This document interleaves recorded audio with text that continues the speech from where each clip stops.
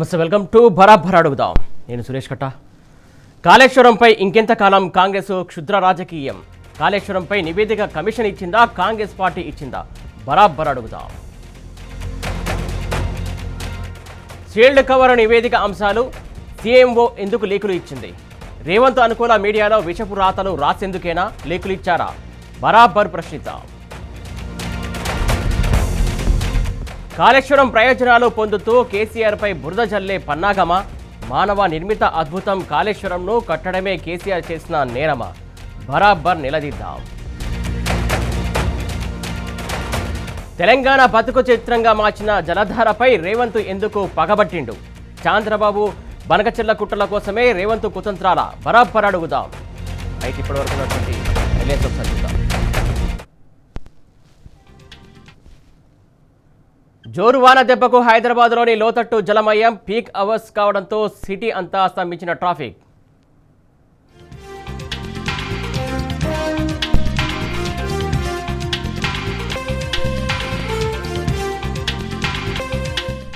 BRS అధినేత కేసీఆర్పై Revanth media మరో దుష్ప్రచారం, బాధ్యత లేకుండా విష ప్రచారం చేయడంపై భగ్గుమంటున్న తెలంగాణ సమాజం.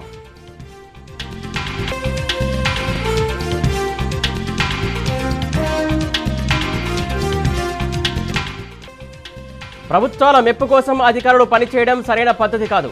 రేషన్ కార్డుల పంపిణీలో డిఎస్ చౌహాన్ వ్యాఖ్యలపై ఆర్ఎస్ ప్రవీణ్ అభ్యంతరం.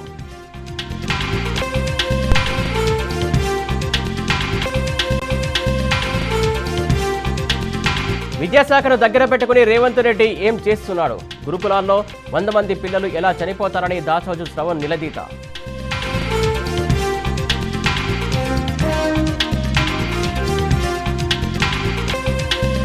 ఖమ్మం జిల్లా కల్లూరు గిరిజన ఆశ్రమ పాఠశాలలో ఫుడ్ పాయిజన్, కడుపు నొప్పి, వాంతులు, విరేచనాలతో ఆసుపత్రిలో చేరిన 30 మంది స్టూడెంట్స్.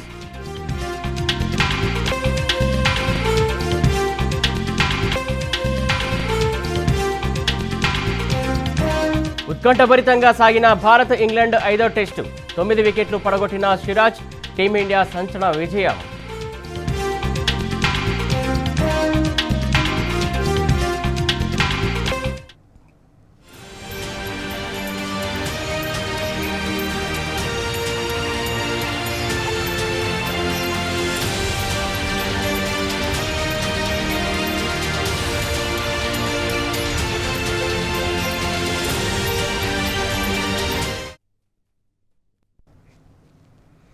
కాళేశ్వరంపై కాంగ్రెస్ క్షుద్ర రాజకీయం కొనసాగుతోంది. తాజాగా కాళేశ్వరం కమిషన్ నివేదిక పేరుతో రేవంత్ సర్కారు మరోసారి కేసీఆర్పై విషం చిమ్ముతున్నది. 2 ఏళ్లుగా విచారణ పేరుతో మేడిగట్ట రిపేర్లు చేయకుండా కాళేశ్వరంపై కుట్రలు అమలు చేస్తున్నది ప్రభుత్వం. 2 ఏళ్లు విచారించామని చెప్పినటువంటి పీసీ ఘోష్ కమిషన్ కోడిగుడ్డుపై ఈకలు పీకిన చందంగా రిపోర్ట్ ఇచ్చింది. అసలు ఈ నివేదిక పరిశీలిస్తే ఇది కాంగ్రెస్ పార్టీ రాజకీయ కక్షతో ఇచ్చిన నివేదికని క్లియర్గా తెలుస్తోంది.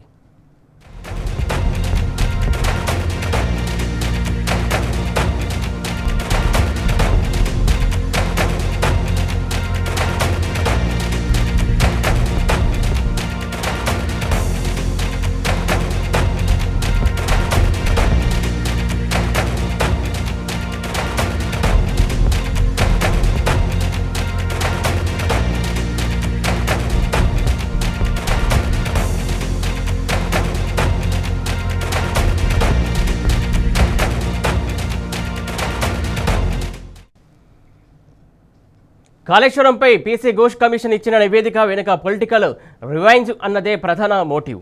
కేసీఆర్ను బద్నాం చేయాలని, కాళేశ్వరాన్ని నిర్వీర్యం చేయాలని ఇది రేవంత్ సర్కారు ప్రధాన లక్ష్యం. అందుకే షీల్డ్ కవర్లో ఇచ్చినటువంటి నివేదిక అంశాలను స్వయంగా సీఎంఓ లీక్ చేసింది. రేవంత్ అనుకూల మీడియా సంస్థలన్నీ వీటిపై విషపు రాతలు వండి వార్చింది. ఒకవైపు పొరుగు రాష్ట్రంలో చంద్రబాబు బనకచెర్ల ప్రాజెక్టుతో తెలంగాణ బతుకు తెరువుకు గురిపెట్టాడు. ఇదే తరుణంలో మరోవైపు బనకచెర్ల కోసం కాళేశ్వరాన్ని శాశ్వతంగా అడ్డు తొలగించుకునే కుట్రలు అమలవుతున్నాయి. ఇందులో భాగంగానే పీసీ ఘోష్ కమిషన్ నివేదిక ఇచ్చినట్టు తెలుస్తోంది. దశాబ్దాలుగా గోదావరిని కొల్లగొట్టి తెలంగాణను ఎండబెట్టారు. సమైక్య పాలకులు స్వరాష్ట్ర ఆవిర్భావం తర్వాత ఆ కుట్రను ఛేదించారు తొలి సీఎం కేసీఆర్. పల్లమెరిగే నీటికి కొత్త నడకలు నేర్పించి గోదావరిని కొండపోచమ్మ చింతకు చేర్చారు. కాళేశ్వరం అనే అద్భుతాన్ని 4.5 ఏళ్లలో సాకారం చేశారు. తెలంగాణలో సస్యశ్యామలం చేసిన ఆ కాళేశ్వరంను పూర్తిగా విఫల ప్రాజెక్టుగా చిత్రీకరించే కుట్రలను రేవంత్ సర్కారు అమలు చేస్తుంది.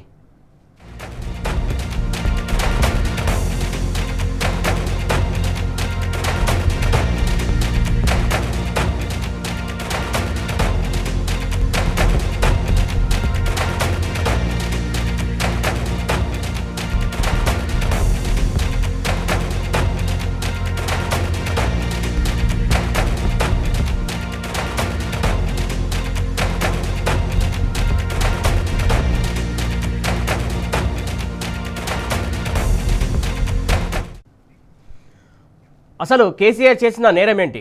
మానవ నిర్మిత అద్భుతమైన కాళేశ్వరాన్ని నిర్మించడమే తప్ప తెలంగాణను కోటి ఎకరాల మాగాణంగా మార్చడమే కేసీఆర్ చేసిన ద్రోహమా? కాళేశ్వరం అంటే ఒక్క మేడిగడ్డ బ్యారేజేనా? తెలంగాణను అన్నపూర్ణగా మార్చిన ప్రాజెక్టు కుటిల పాలకుల ఇంకెప్పుడు అర్థమవుతుంది? ప్రశ్నలు వెల్లువెత్తుతున్నాయి. అసలు కాళేశ్వరంలో ఎటువంటి అవినీతి జరగలేదని ఇప్పటికే కాగ్ తేల్చేసింది. అయినప్పటికీ మేడిగడ్డను బూచిగా చూపించి కాంగ్రెస్ పూర్తిగా కాళేశ్వరానికే ఎసరు పెట్టింది. ఇప్పుడు అసలు కాళేశ్వరమే దండగని పీసీ ఘోష్ కమిషన్ నివేదిక ఇచ్చిందని ప్రభుత్వం చెబుతోంది. కేంద్రంలో బీజేపీ, రాష్ట్రంలో కాంగ్రెస్ కలిసి కాళేశ్వరంపై చేస్తున్న కుతంత్రానికి ఈ నివేదికే నిదర్శనమని తెలుస్తోంది. ఇప్పటికీ కాళేశ్వరం ప్రాజెక్టుతో తెలంగాణకు బహుళ ప్రయోజనాలు సమకూరుతున్నాయి. ఎస్ఆర్ఎస్పీ పునరుజ్జీవం, నల్గొండ జిల్లాలో టైలెండ్ భూములకు సాగునీరు, హైదరాబాద్కు తాగునీరు, ఇవన్నీ కాళేశ్వరంతోనే సాధ్యమవుతున్నాయి. ఒకవైపు ప్రాజెక్టు ఫలాలు పొందుతూనే మరోవైపు కాళేశ్వరం కట్టినటువంటి కేసీఆర్పై రేవంత్ సర్కారు కక్ష సాధింపు చర్యలు కొనసాగుతున్నాయి.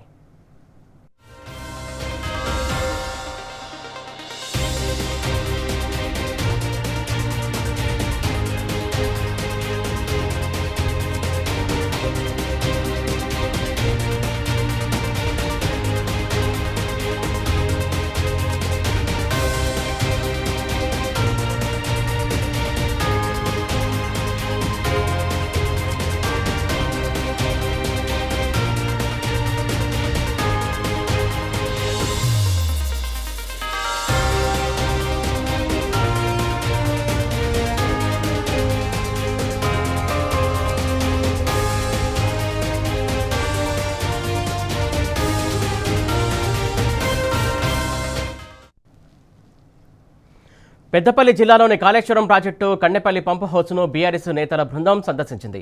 అయితే పంప్ హౌస్లోకి వెళ్లకుండా బీఆర్ఎస్ నేతలను పోలీసులు అడ్డుకున్నారు. దీంతో అక్కడే బైఠాయించిన బీఆర్ఎస్ నేతలు ఈఎన్సీకి ఫోన్ చేసి మాట్లాడారు. పంపులు ఆన్ చేయాలని డిమాండ్ చేశారు. నీళ్లు విడుదల చేసి రైతులకు సాగునీరు, ప్రజలకు తాగునీరు అందించాలని సర్కారుకు సూచించారు. పంపులు ఆన్ చేసేంత వరకు పంప్ హౌస్ దగ్గర నుంచి కదిలేది లేదని తేల్చి చెప్పారు. వారం రోజుల్లో కన్నెపల్లి పంపులు ఆన్ చేయకపోతే 1,00,000 మందితో పంప్ హౌస్ ముట్టడిస్తామని బీఆర్ఎస్ నేతలు హెచ్చరించారు.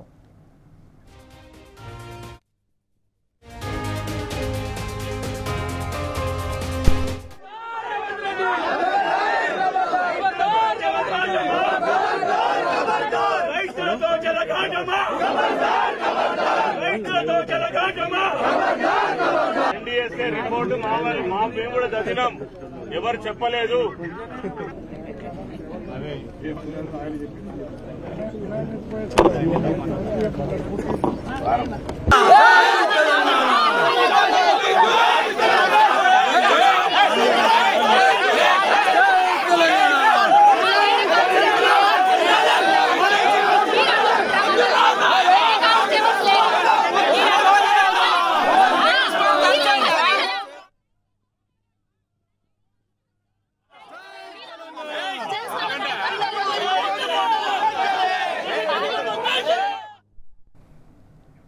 మరోవైపు బీఆర్ఎస్ అల్టిమేటంతో కాళేశ్వరం లింక్ 2లోని మోటార్లను రేవంత్ సర్కారు ఆన్ చేసింది. కరీంనగర్, పెద్దపల్లి జిల్లాలో మంత్రుల పర్యటనల నేపథ్యంలో బీఆర్ఎస్ హెచ్చరికలతో ప్రభుత్వం దారికొచ్చింది. పెద్దపల్లి జిల్లా ధర్మారం మండలం నంది పంప్ హౌస్లో 5వ మోటార్ను ప్రారంభించింది. నంది రిజర్వాయర్ నుంచి లక్ష్మీపూర్లో గాయత్రి పంప్ హౌస్కు నీటిని తరలిస్తుంది.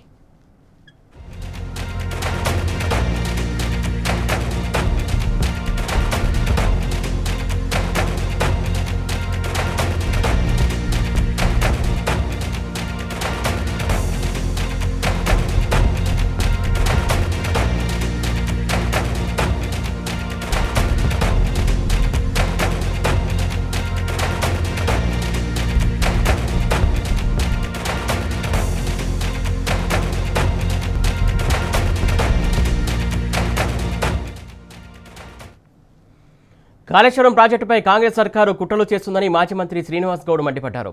కాళేశ్వరం ప్రాజెక్టు పేరుతో కాలయాపన చేస్తున్నారని విమర్శించారు. అభివృద్ధిని వదిలి బీఆర్ఎస్ అధినేత కేసీఆర్ను బదనాం చేస్తున్నారని విరుచుకుపడ్డారు. మేడిగడ్డ కుంగడం వెనుక కాంగ్రెస్ నేతల హస్తం ఉందని శ్రీనివాస్ గౌడ్ సందేహం వెలిబుచ్చారు. చాలా కంట్రీస్లో ప్రాజెక్టులు కొట్టుకొని పోతాయి, అయినంత మాత్రాన కాదది మళ్ళీ కట్టిండ్రు. ఈ ఒక పిల్లరు కుంగిపోయింది. మాకు కూడా అనుమానాలు ఉన్నాయి. ఈ పిల్లర్ను ఎలక్షన్ల ముందర బదనాం చేయడానికి ఏమన్నా అండర్ గ్రౌండ్లో మైనింగ్ బాంబింగ్ పెట్టి చేసిండ్రా, లేకపోతే ఇంకేమైనా చేసిండ్రా అని కూడా అనుమానాలు ఉన్నాయి. మేము ఆ ప్రాంతానికి పోయినప్పుడు చెప్పారు పెద్ద శబ్దం వచ్చింది సార్ అని. మేము కూడా రేపు గవర్నమెంట్ వచ్చిన తర్వాత దాని మీద కూడా ఎంక్వైరీ చేస్తాం. కానీ ఎవరైనా బాంబింగ్ చేసిండ్రా, ఎవరైనా బ్లాస్ట్ చేసిండ్రా, బదనాం చేయడానికి చేసిండ్రా, ఆ కోణంలో కూడా మేము ఆలోచన చేస్తాం ఖచ్చితంగా కూడా. మాకైతే ఇప్పుడు అదే అనుమానాలు ఉన్నాయి. పాత ప్రభుత్వాన్ని బదనాం చేసుకుంటూ పోవడం కాదు, మీరేం చేస్తున్నారు అని చెప్పి కూడా ఆలోచన చేయాలి. తెలంగాణ ప్రజలు ఎవరు దీన్ని నమ్మరు. తెలంగాణ ప్రజలారా దయచేసి ఆలోచన చేయండి. కేసీఆర్ రాకముందు తెలంగాణ, వచ్చిన తర్వాత తెలంగాణ. కేసీఆర్ గారు లేకుంటే తెలంగాణ వచ్చేదా?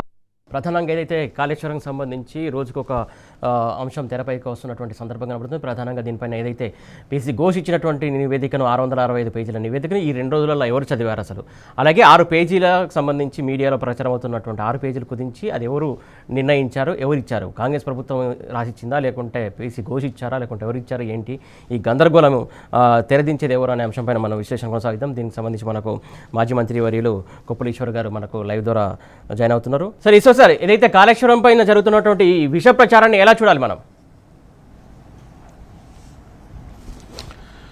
అంటే ఈ కాంగ్రెస్ పార్టీ అధికారంలోకి వచ్చిన తర్వాత కాళేశ్వరం ప్రాజెక్టు పైననే ఏదైతే జరిగినటువంటి ఆ ఒక్క పిల్లర్ మరి కుంగిపోవడం వల్ల దాన్నే ప్రధాన అంశంగా తీసుకొని బీఆర్ఎస్ పార్టీని, కేసీఆర్ గారిని పూర్తిగా ఇందులోనే బదనాం చేయాలనేటువంటి ఉద్దేశంతో కంకణం కట్టుకొని పనిచేస్తున్నారు. ఇవాళ ఇచ్చిన నివేదికను కూడా మనం ఏ విధంగా చూడొచ్చు అంటే, ఖచ్చితంగా ఇది కూడబన్నుకొని కేంద్రంలో ఉన్నటువంటి ప్రభుత్వంతో కలిసి కట్టుగా మరి ఇచ్చినటువంటి కమిషన్ ఏదైతే ఉందో, కమిషన్ నివేదిక ఏదైతే ఉందో, ఖచ్చితంగా ఇది పక్కా కాంగ్రెస్ నివేదిక అని చెప్పవచ్చు.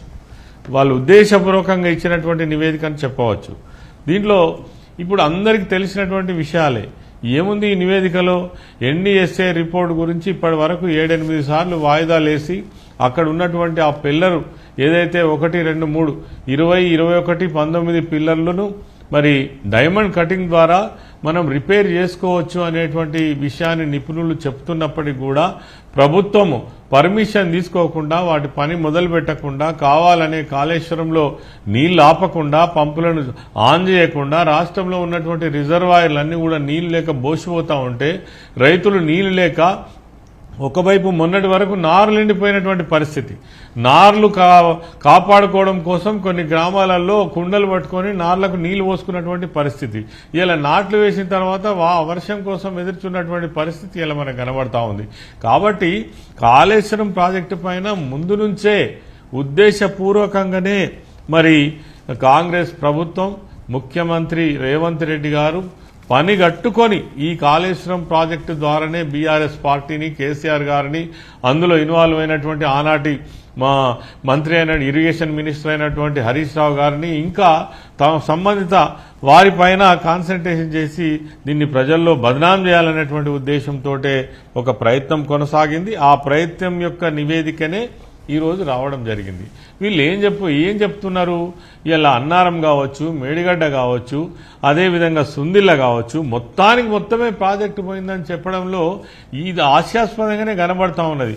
ప్రజల్ని, మామూలు వాళ్ళని అడిగితే కూడా చెప్తారు 7-8 సంవత్సరాల పాటు రాష్ట్రం అంతటా కూడా సస్యశ్యామలంగా ప్రతి ప్రాంతానికి నీళ్లు తీసుకుపోయినటువంటి ప్రాజెక్ట్ ఇది. అతి తక్కువ సమయంలో ఒక సాహసోపితమైనటువంటి నిర్ణయం తీసుకొని తెలంగాణలో నీళ్లు లేనటువంటి తెలంగాణ ప్రాంతం సస్యశాలం చేయాలని తెలంగాణ రాష్ట్రం వచ్చిన తర్వాత ఆనాటి ముఖ్యమంత్రి కేసీఆర్ గారు గొప్పగా ఆలోచించి రైతుల కోసం మరి ప్రాజెక్టులు కట్టి ఇంత గొప్పగా చేస్తే ఈ ప్రాజెక్ట్ని ఇలా తప్పుబట్టి బీఆర్ఎస్ పార్టీని, కేసీఆర్ గారిని ఇబ్బంది పెట్టేటువంటి ప్రయత్నం ఖచ్చితంగా జరుగుతుంది. ఇది ఉద్దేశపూర్వకంగా జరుగుతుంది. దీంట్లో ఎటువంటి అనుమానం లేదు. దీనికి తోడు ఈరోజు క్యాబినెట్లో జరిగినటువంటి డిస్కషన్ బట్టి కూడా మనకు తెలుస్తూ ఉన్నది. ఉద్దేశపూర్వకంగానే ఇలా క్యాబినెట్ మీటింగ్ పెట్టి ఏవో తప్పులు జరిగినట్టు, ఏం తప్పులు జరిగినాయో మనకు తెలియదు. మరి చూస్తే మాత్రం ఇక్కడ కనబడతలేవు.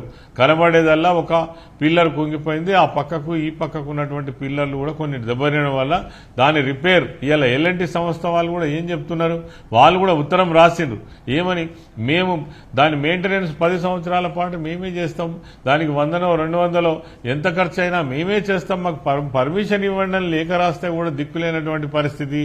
అంటే వాళ్ళు లేఖ రాసినా దీన్ని రిపేర్ చేయొద్దనే ఉద్దేశంతో ఈ కాలయాపన చేస్తున్నారు, కావాలని రాద్ధాంతం చేస్తున్నారు, ప్రజలను మరి తప్పుదోవ పట్టించే ప్రయత్నం చేస్తున్నారు. బీఆర్ఎస్ పార్టీని ఇందులోనే మొత్తం ఖతం చేయాలనేటువంటి ఉద్దేశంతో ఈ కాంగ్రెస్ ప్రభుత్వం ఇలా చేస్తున్నట్టుగా మనకు ఖచ్చితంగా కనబడుతున్నది. దీంట్లో ఇంకా వేరే మాట్లాడుకోవడానికి ఏమున్నది సార్? నిర్మాణ సంస్థలైనటువంటి మేఘా సంస్థ కావచ్చు, ఎల్ఎన్టీ కావచ్చు, వీటికి సంబంధించి ప్రభుత్వం వీటిని ఎందుకు బ్లాక్ లిస్ట్లో పెట్టలేదు? అలాగే రేవంత్ సర్కార్ కూడా వారికే కాంట్రాక్ట్ ఇస్తున్నటువంటి సందర్భం, దీన్ని ఎలా చూడాలి మనం? నిజమే, ఇప్పుడు మీరు అడిగిన ప్రశ్న చాలా చక్కటి ప్రశ్న. ఎందుకంటే ప్రఖ్యాతిగాంచినటువంటి ఎల్ఎన్టీ సంస్థ ఏదైతే ఉందో ఒక్క కాళేశ్వరం ప్రాజెక్టు నిర్మాణమే చేయలే, వాళ్ళు ప్రపంచవ్యాప్తంగా అనేక నిర్మాణాలు చేసిండ్రు, అనేక ప్రాజెక్టులు కట్టిండ్రు.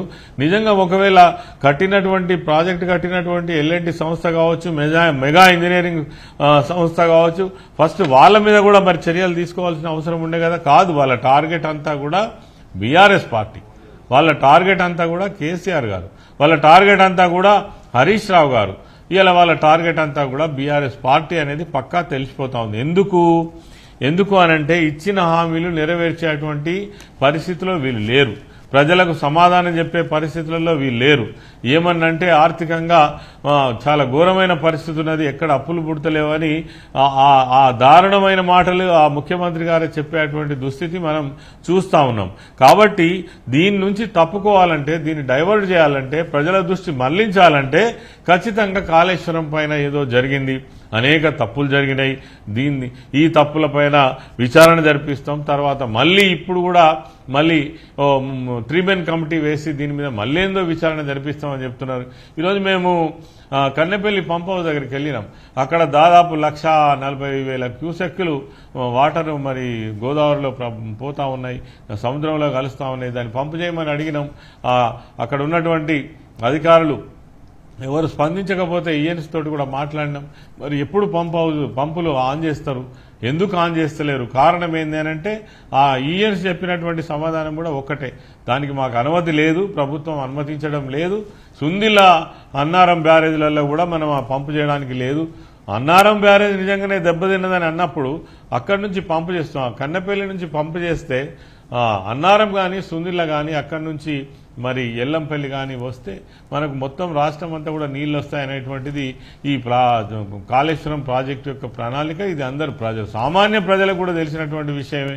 దీన్ని మభ్యపెట్టి సుందిల్ల బ్యారేజ్ కూడా మరి అక్కడ దెబ్బతిన్నదని, అన్నారం బ్యారేజ్ కూడా దెబ్బతిన్నదని, మరి ఇవన్నీ కూడా కట్టుకథలు చెప్పి ప్రజలను మభ్యపెట్టే ప్రయత్నం చేస్తున్నారు.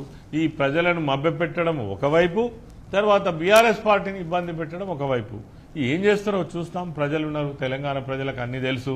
తెలంగాణ రాకముందు ఏ రకమైన ఘోరమైనటువంటి పరిస్థితులు ఇక్కడ ఉండెనో, వ్యవసాయం ఎంత ఘోరంగా ఉండెనో, నీళ్లు లేనటువంటి పరిస్థితులు ఎట్లా ఉండెనో, మరి కరెంటు మోటార్ల పైన ఆధారపడి వ్యవసాయం చేసినటువంటి తెలంగాణ ప్రాంతం ఇవాళ 3.5-4 సంవత్సరాల లోపట్నే దాదాపుగా ఇంత పెద్ద ప్రాజెక్టు నిర్మాణం చేసి, నాకు తెలిసి ప్రపంచంలోనే ఇంత పెద్ద భారీ ప్రాజెక్టు నిర్మాణం ఇక్కడ జరిగి మరి ఇది ఇంత మంచి ఫలితాలను ఇస్తుంటే ఓర్వలేని తనంతో ఏదో చిన్న కారణం చూపించి ఇలా మరి బీఆర్ఎస్ పార్టీని, కేసీఆర్ గారిని బదనాం చేసేటువంటి ప్రయత్నం మరి వాళ్ళు కంకణం కట్టుకొని చేస్తున్నారనడంలో ఎటువంటి సందేహం లేదండి. సార్, ఇంకొక ముఖ్యమైన అంశం సార్, 665 పేజీల నివేదికను పీసీ ఘోష్ ఇచ్చారు. ఈ 665 పేజీలు ఇచ్చింది 2 రోజుల క్రితమే. ఈ 2 రోజుల్లోనే 605 పేజీల మొత్తం చదివింది ఎవరు? అసలు ఈ చదివినట్టే అంత బయటకు చెప్తుంది, లీక్లు ఇస్తుంది ఎవరు? అంటే ఇప్పుడు పీసీ ఘోష్ గారు ఇచ్చినటువంటి 665 పేజీల నివేదిక నిజంగానే చదివితే కూడా, ఇలా క్యాబినెట్లో జరిగినటువంటి డిస్కషన్లో చూస్తే కూడా మేము చాలా టీవీ ఛానళ్లలో చూసినాం. స్పెసిఫిక్గా ఎక్కడ కూడా తప్పు పట్టేటువంటి విషయాలు వాళ్ళు బలంగా చెప్పినటువంటివి కూడా ఏమి లేవు. కేవలం కేసీఆర్ గారి రీడిజైనింగ్ వల్లనే, వారి అభిప్రాయం వల్లనే మరి ఇది జరిగిందనేటువంటి ఒక వాదన తప్ప పర్టికులర్గా ఏం లేదు. వాస్తవంగా ఇది ఏమి లేకున్నా దీన్ని ఒక భూతద్దంలో చూపించి బీఆర్ఎస్ పార్టీని బదనాం చేసేటువంటి ఒక పన్నాగంతో చేస్తున్నటువంటి పరిస్థితి తప్ప ఇంకా ఏం లేదు. అంటే ఈ 665 పేజీల నివేదిక 2 days క్రితం ఇచ్చిండ్రు. దీంట్లో నిజంగానే ఒక నిపుణుల కమిటీ కూర్చుండి ఇచ్చినటువంటి నివేదికను పూర్తిగా చదివి దాంట్లో ఉన్న తప్పులన్నింటినీ కూడా మరి కరెక్ట్గా ఎత్తి చూపితే బాగుండేది. ఇలా వాళ్ళు అంటున్నారు కదా, మేము త్వరలోనే శాసనసభ సమావేశాలు ఏర్పాటు చేస్తాం, ఆ శాసనసభ సమావేశాలలో డిస్కషన్ చేస్తామంటున్నారు కదా. ఇదివరకే ఆనాటి ఇరిగేషన్ మినిస్టర్ గారు హరీష్ రావు గారు మీకు చెవులు గిల్లుమనే విధంగా, ప్రజలకు అన్ని విషయాలు అర్థమయ్యే విధంగా మరి ఒక క్లారిటీ తోటి అసెంబ్లీలో ఇదివరకే మాట్లాడినటువంటి విషయం మీకు తెలుసు. మీరే మైక్ కట్ చేసి ప్రజలకు వాస్తవాలు తెలుస్తాయేమో అనేటువంటి ఉద్దేశంతో ఆనాడు సభలో కూడా సజావుగా మాట్లాడే అవకాశాలు లేకుండా ఇటు కేటీఆర్ గారు కావచ్చు, హరీష్ రావు గారు కావచ్చు, తగిన సమాధానాలు, అసలు ఎక్కడ కూడా కాళేశ్వరం ప్రాజెక్టులో ఎటువంటి పొరపాటు జరగలేదు. ఇది ఆనాడు అన్ని అనుమతులతోటే, అదేవిధంగా కేబినెట్ ఆమోదంతోటే, అదేవిధంగా పక్క రాష్ట్రాలు అయినటువంటి మహారాష్ట్ర కావచ్చు, ఛత్తీస్గఢ్ కావచ్చు, వాటి అనుమతితోటే, అదేవిధంగా పర్యావరణ అనుమతులతోటే ఆనాడున్నటువంటి ఏది సిడబ్ల్యూసి నివేదిక, అంటే వాళ్ళు ఇచ్చినటువంటి నివేదిక ప్రకారమే మేడిగడ్డ దగ్గర ప్రాజెక్టు కట్టేటువంటి ప్రయత్నం జరిగింది, చేసినాం. గొప్పగా దాని ఫలితం కూడా వచ్చిందని ఒకవైపు చెప్పుతుంటే కూడా మళ్ళీ అదే తుమ్మిడిహట్టి మాట మాట్లాడతారు. నిన్నటికి నిన్న కరీంనగర్ జిల్లాకు వచ్చినటువంటి ఉత్తమ్ కుమార్ రెడ్డి గారు మళ్ళా హట్టి గురించి మాట్లాడతారు. అక్కడ నిజంగానే అప్పుడు కాంగ్రెస్ ప్రభుత్వమే ఉండే కదా, ఎందుకు కట్టలేదు? డబ్బులు తీసుకొని కాల్వలు తవ్విరు కదా. మేము అడుగుతున్నాం, ఆనాడు మీరు తీసుకున్న ప్రాణహిత చేవెళ్ల ప్రాజెక్ట్ ఎక్కడన్నా అనుమతులు ఉన్నాయా? మహారాష్ట్రతో ఒప్పందం ఉన్నదా? మహారాష్ట్ర ముఖ్యమంత్రి గారు ఆనాడే ఎట్టి పరిస్థితుల్లో మేము ఒప్పుకోమని చెప్పినప్పటికీ కూడా కమిషన్ల కోసం 6,000 కోట్ల రూపాయలు తిన్నది మీరు కాదా? అవసరం లేని కాడ కాలువలు తవ్వింది మీరు కాదా? ప్రాజెక్టు కట్టే దగ్గరనే పని జరగదు, మొత్తం వేరే ప్రాంతాలలో మాత్రం కాలువలు తవ్వి ఆ కాంట్రాక్టర్లకు కట్టబెట్టింది నాయకులు మీరు. ఆ రోజు మరి వీటన్నిటి కూడా అస్తవ్యస్తం చేసింది మీరు కాదా? ఇలా మళ్ళీ అదే తమ్మిడిహట్టి దగ్గర కడితే చాలా తక్కువతో ప్రాజెక్టు నిర్మాణం జరిగేది, అదేవిధంగా గ్రావిటీ ద్వారా నీళ్ళు వచ్చేది. అక్కడ నీళ్ల లభ్యత లేదు అని ఆనాడే నివేదిక చెప్పినప్పటికీ కూడా మళ్ళీ పదే పదే పదే అదే విషయాలని చెప్పి ప్రజలను మభ్యపెట్టే ప్రయత్నం చేస్తూ ఉన్నారు. అంతేకాదు, మేము అడుగుతున్నాం, ఈరోజు మీరు 20 నెలలు అవుతుంది అధికారంలోకి వచ్చి, నిజంగానే మీరు అనుకున్నట్టు తమ్మిడిహట్టు దగ్గర ప్రాజెక్టు కట్టే ఉద్దేశం మీకుంటే మరి ఎందుకు మీరు ప్రయత్నం ప్రారంభించలే? ఎందుకు అనుమతి కోరలే? ఎందుకు కేంద్ర ప్రభుత్వంలో ఉన్నటువంటి సిడబ్ల్యూసీకి ఒక దరఖాస్తు పెట్టలే? మహారాష్ట్రతో ఒప్పందం చేసుకోవడానికి ఎందుకు ప్రయత్నం చేయలే? మరి ఇవన్నీ ఏవి చేయకుండానే మాటలు మాట్లాడితే ప్రాజెక్టులు అవుతాయా? అట్లా కేసీఆర్ గారు ఆ రోజు మాటలు మాట్లాడలే. ప్రాజెక్టు నిర్మాణం తొందరగా కావాలి, అనేక సంవత్సరాలు నష్టపోయినటువంటి తెలంగాణ ప్రాంతం అవకాశం వచ్చింది, తెలంగాణ రాష్ట్రం ఏర్పడ్డది, చేసుకునే అవకాశం ఉన్నది. కాబట్టి ఆ రోజు అన్ని పక్క రాష్ట్రాలను ఒప్పించి, కేంద్ర సంస్థలను ఒప్పించి, అన్ని పర్మిషన్స్ తీసుకొని మరి పద్ధతి ప్రకారమే ప్రాజెక్టు నిర్మాణం చేస్తే ఇలా దానిపైన విషం జిమ్మి ప్రజలను మరి తప్పుదోవ పట్టించేటువంటి ప్రయత్నం చేస్తున్నారు. అంతేకాకుండా నాయకులను కూడా ఈరోజు ఇబ్బంది పెట్టేటువంటి ఆలోచనలు చేస్తున్నారు. ఇది మంచిది కాదు ప్రజాస్వామ్యంలో అని మాత్రం మేము ఖచ్చితంగా చెప్తా ఉన్నాం. ప్రధానంగా ఇక్కడ కొన్ని అంశాలు చూసుకున్నట్టయితే సీఎంఓ లీకులు కావచ్చు, ఏదైతే కొంత 6 పేజీలకు సంబంధించే కొన్ని ఎల్లో మీడియాలో ట్రోల్ అవుతున్నటువంటి సిచ్యువేషన్ చూస్తున్నాం. ఈ 6 పేజీలు రాసింది ఎవరు, ఇచ్చింది ఎవరు, అసలు ఏంటి కథ? అందుకే నేను ఏమంటున్నంటే ఇది సీఎం రేవంత్ రెడ్డి గారు ఉద్దేశపూర్వకంగా చేస్తుండడంలో అనేక అనుమానాలున్నాయి. సీఎం ఆఫీస్ నుంచి ఇచ్చినటువంటి లీక్ తర్వాత ఈ నివేదిక 6 పేజీల సారాంశం అని సీఎం ఆఫీస్ నుంచి ఒక నివేదిక ఇచ్చిండ్రు. ఈ 665 పేజీల నివేదికలో 6 పేజీల సారాంశం అని చెప్పేసి వచ్చిన లీక్ ఏదైతే ఉందో మరి అది ఎక్కడి నుంచి వచ్చింది? అందుకే మేము డిమాండ్ చేస్తున్నాము, ప్రభుత్వానికి నిజంగా చిత్తశుద్ధి ఉంటే ఖచ్చితంగా ఈ నివేదిక పబ్లిక్ డొమైన్లో పెట్టాలి, ప్రజల ముందు పెట్టాలి, డిస్కషన్కు పెట్టాలి.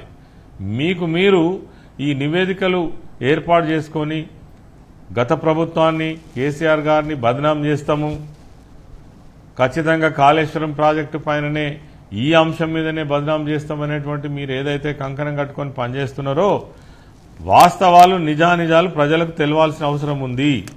అందుకే ఇది ప్రజల ముందు పెట్టాలి అనేటువంటిది కూడా మేము కోరుతున్నాం. ఈ 6 పేజీలు ఎక్కడి నుంచి వచ్చింది మరి? ఈ 6 పేజీల మీద ఈ 6 పేజీల నివేదిక సీఎం ఆఫీస్ నుంచి బయటికి వచ్చినట్టయితే మరి ఏదైతే కమిషన్ సంతకాలు కూడా ఉండాలి కదా దాని మీద. అవన్నీ ఏమి లేకుండా మీరేదో వేగ్గా ఒక 6 పేజీల నివేదిక పంపించి ఇదంతా ఏదో జరిగిపోతుందనేటువంటిది ఇలా మీడియా సంస్థల ద్వారా కావచ్చు, అదేవిధంగా ప్రజలను ఒక రకంగా తప్పుదోవ పట్టించేటువంటి ప్రయత్నం అయితే జరుగుతూ ఉన్నది. అందుకే ప్రభుత్వానికి నిజంగా చిత్తశుద్ధి ఉంటే పెట్టండి, మీరు అన్నట్టుగానే అసెంబ్లీలో చర్చకు పెట్టండి, ప్రజల ముందు నివేదిక పెట్టండి, ఎక్కడ తప్పులు జరిగినాయి, ఎందుకు జరిగినాయి, ఎట్లా జరిగినాయి అనేటువంటి అన్నీ కూడా బయటికి వస్తాయి. మీరు లోపల ఇచ్చినటువంటి 6 పేజీలు ఏదైతే ఉన్నదో ఇది ఖచ్చితంగా సీఎం కుట్రనే, ఈ ప్రభుత్వం చేస్తున్నటువంటి కుట్రనే. ఇది కేవలం బీఆర్ఎస్ పార్టీని, కేసీఆర్ గారిని బదనాం చేయడం కోసం ఉద్దేశపూర్వకంగా చేస్తున్న కుట్రనే తప్ప ఇంకోటి కాదని చెప్పొచ్చు. సార్ ఈసారి సార్ ఇంకొక మాట సార్, మీరు టీవీ చూస్తున్నట్లయితే ఒకసారి గమనించండి పక్క విజువల్స్. అందులో మీరు ఈరోజు విజిట్ చేసినటువంటి పంప్ హౌస్ దగ్గరవి, మీరు అక్కడ నిరసన వ్యక్తం చేస్తున్నటువంటి క్రమంలో అక్కడ పోలీసులు వ్యవహరిస్తున్నటువంటి తీరు ఒకసారి గమనించండి. ప్రధానంగా అక్కడ లేడీస్ పోలీసులు ఎవరు లేరు. లేడీస్ పైన ఇలా జెంట్స్ పోలీసులు విచక్షణ రహితంగా వాళ్ళు దాడి చేస్తున్నటువంటి క్రమం కనబడుతుంది. ఇది పోలీసులు ఈ రకంగా చేయడం, దీన్ని ఎట్లా చూస్తారు అసలు? మేము అక్కడికి వెళ్ళింది ఏంటంటే కన్నెపల్లి దగ్గర పంపులు చాలు చేయాలనేటువంటి డిమాండ్ తోటి అక్కడికి వెళ్ళినాం. అక్కడ వెళ్తున్నటువంటి నీళ్లను మా పాత్రికేయ మిత్రులకు చూపించినాం. అక్కడ ఎంత వేగంగా నీళ్లు వెళ్తున్నాయి, వీళ్ళు పంపు చేయడానికి అనువైనటువంటి పరిస్థితులు ఏ విధంగా ఉన్నాయి, అదేవిధంగా పంప్ హౌస్లో ఉన్నటువంటి వాళ్ళు అక్కడ పోలీసు సిబ్బందిని పెట్టుకొని అక్కడ అడ్డగించే ప్రయత్నం చేస్తే మేము ఒకటే అడిగినాం, మీరు నిజంగానే మమ్మల్ని అడ్డగిస్తున్నారు కదా, మరి మీరే మాట్లాడండి, ఎవరితో మాట్లాడతారో, సీఈతో మాట్లాడతారా, ఈఎన్సీతో మాట్లాడతారా, మంత్రితో మాట్లాడతారా, లేదంటే మాతో మాట్లాడిపిస్తారా? చూడండి మహిళల పైన ఎట్లా వాళ్ళు ప్రవర్తిస్తున్నారో చూడండి ఒకసారి విజువల్స్. నీళ్లు లేవని తెలిసిన ఆ సందర్భంగానే మరి మీరు కూడా విజువల్స్ చూడొచ్చు. అక్కడ మహిళా కానిస్టేబుల్స్ లేకుండా మా నాయకులు ఎవరైతే రాష్ట్రం నుంచి వచ్చినటువంటి వాళ్ళు ఎవరైతే ఉన్నారో, సోషల్ మీడియా పనిచేసేటువంటి వాళ్ళు ఎవరైతే ఉన్నారో వాళ్ళను అక్కడ ఉన్నటువంటి అధికారులే, దాదాపు ఎస్ఐ స్థాయి అధికారులు వాళ్ళ మీద చేసుకునేటువంటి పద్ధతి కూడా మనం చూస్తున్నాం. ఆ విజువల్స్ అన్ని కూడా మనకు కనబడతా ఉన్నాయి. అంటే ఇంత దారుణంగా ఈ ప్రభుత్వం వ్యవహరిస్తున్నది ఒక్క ఈ విషయంలోనే కాదు, రాష్ట్రమంతా కూడా పోలీసులను పెట్టి గతంలో ఎన్నడూ ఏ ప్రభుత్వం చేయనటువంటి విధంగా ఒక నీచమైనటువంటి పరిపాలన మాత్రం కొనసాగిస్తున్న సంగతి ఈరోజు ప్రజలకు కూడా తెలుస్తున్నది. కేవలం వాళ్ళ నాయకులు చెప్పినటువంటి విధంగానే పోలీసు యంత్రాంగం అంతా కూడా నడుస్తూ ఉన్నది. చాలా మంది అధికారులు కాంగ్రెస్ పార్టీ కార్యకర్తల్లాగా పనిచేస్తున్నట్టుగా కూడా మనం చూస్తూ ఉన్నాం. మరి ఇది ఈరోజు రాష్ట్రంలో జరుగుతున్నటువంటి దుస్థితి. ఈ మహిళల మీద జరిగినటువంటి విషయం కూడా మనం ప్రత్యక్షంగా చూసినాం. దాన్ని కూడా మేము తీవ్రంగా ఖండిస్తూ ఉన్నాం.